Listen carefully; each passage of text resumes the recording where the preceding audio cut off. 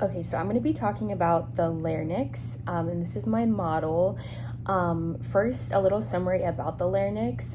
It is our voice box and it connects our throat to the windpipe. It's crucial for breathing and swallowing and producing sound.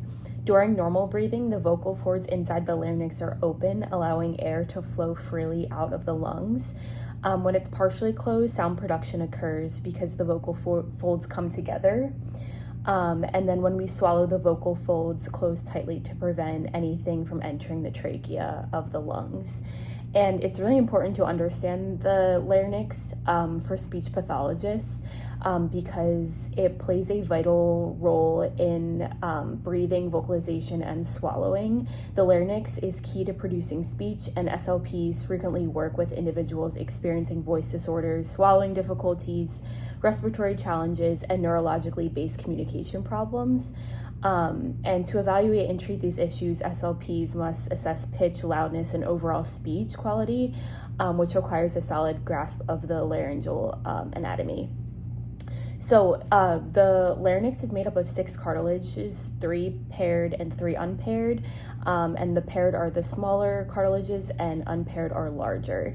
There's also some bones that I'm going to be talking about and other parts of this. So first we're going to start with this blue part of the larynx, which is called the thyroid cartilage. It's an unpaired cartilage.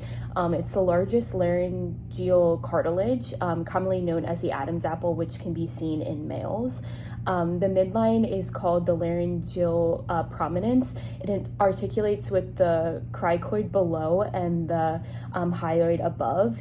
And in the back is the superior horns, which you can see here. And they're on each side, and then there's inferior horns, which are on the bottom. Forward and downward movement of the thyroid cartilage when the cricoid muscle contracts. This stretches the vocal ligaments, which means there is more tension in the vocal cords, which creates higher pitch sounds. And then also the white here is the membrane where the thyroid cartilage is suspended, which is called the thyroid membrane. So next I'm going to go into the hyoid, which is in the yellow here, which you can see goes around, and then there's also horns.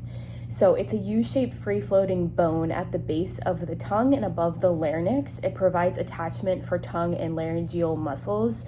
It stabilizes and supports laryngeal movement and articulates with the superior portion of the thyroid cartilage. Next, I'm going to be talking about the cricoid cartilage, which is in teal, and it's unpaired and it goes around completely. It is a ring-shaped cartilage located below the thyroid cartilage and above the trachea. There are 2 muscles attached to it, which are the cricoid-thyroid and the cricoid-arytenoid. It's involved in opening and closing the airway and in speech production, and it goes all the way around, like I said. So next I'm going to be talking about the epiglottis, which is in here with a pipe cleaner. It is not open, so it's a fully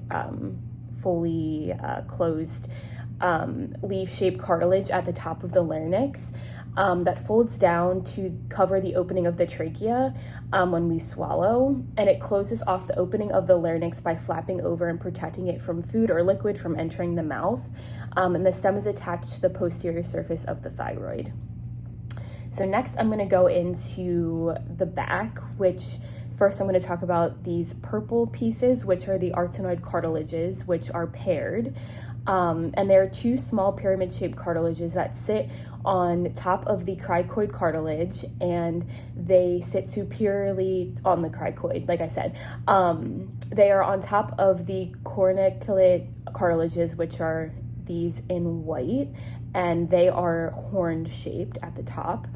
And then at the base of the arytenoid cartilages, there are muscles and ligaments that attach. So these are like pyramid shapes, which is hard to see on a model like this, but they do go back a bit.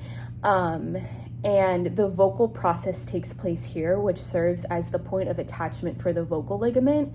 And like I said, this is at the base of the pyramid, like shape anteriorly. And then posteriorly, there is a muscular process, which serves as the posterior and lateral cricoarytenoid muscles. So next I'm going to go into the posterior criconarytenoid muscles, which are right here.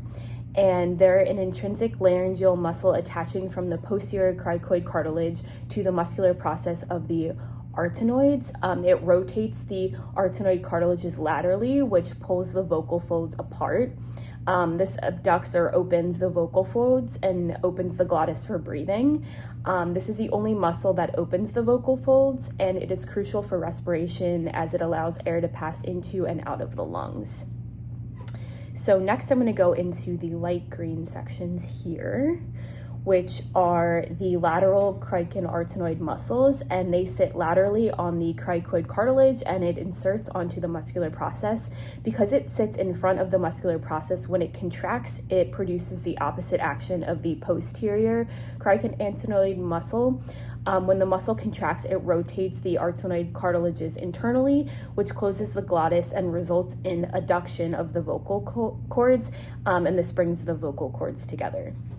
Next, I'm going to talk about this black section, which is the transverse arytenoids.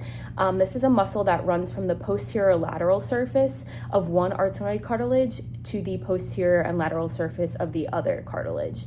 When this muscle contracts, it brings the arytenoid cartilages closer together, abducting them, and this action closes the posterior portion of the glottis, helping seal the airway during swallowing to prevent aspiration. And then we're going to go into this cross section right here, which is the oblique arytenoids. And this is an intrinsic muscles that run from the posterior surface of the muscular process of the arytenoid cartilage and inserts on the apex of the other arytenoid cartilage. And you can see they're diagonally crossing, and they pull the arytenoids together to help close the posterior glottis during swallowing and speech. The primary function, like I said, is to adduct the arytenoid cartilages. So next I'm going to go into these two yellow right here, which are the cricothyroids, and they connect the cricoid cartilage to the thyroid cartilage and act as the primary muscles for raising vocal pitch. When the muscles contract, they tilt the thyroid cartilage forward and downward, lengthening and tensioning the vocal folds so they vibrate faster to create higher pitch.